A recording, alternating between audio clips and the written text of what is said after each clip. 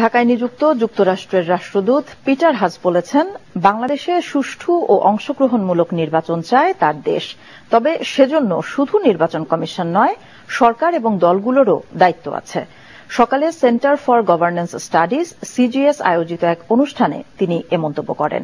এক প্রশ্নের জবাবে মার্কিন রাষ্ট্রদূত আরও বলেন, মিয়ানমার ইস্যুতে যুক্তরাষ্ট্র চোখ বন্ধ করে রাখবে না।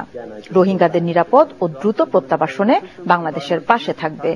আসন্ন জাতীয় নির্বাচন ইস্যুতে পিটার আবারও বলেন, বাংলাদেশের নির্বাচনে যুক্তরাষ্ট্রের অবস্থান কোনো দলের নয়, জনগণের পক্ষে। We've had these concerns for a very, very long time here in Bangladesh, and that we have pushed on these things. We look at all of the cases. We see the calls from the UN and others for independent investigations. These are really concerning to us, and particularly with the backdrop of the upcoming national elections, of ensuring that the people of Bangladesh have the ability to choose their leaders.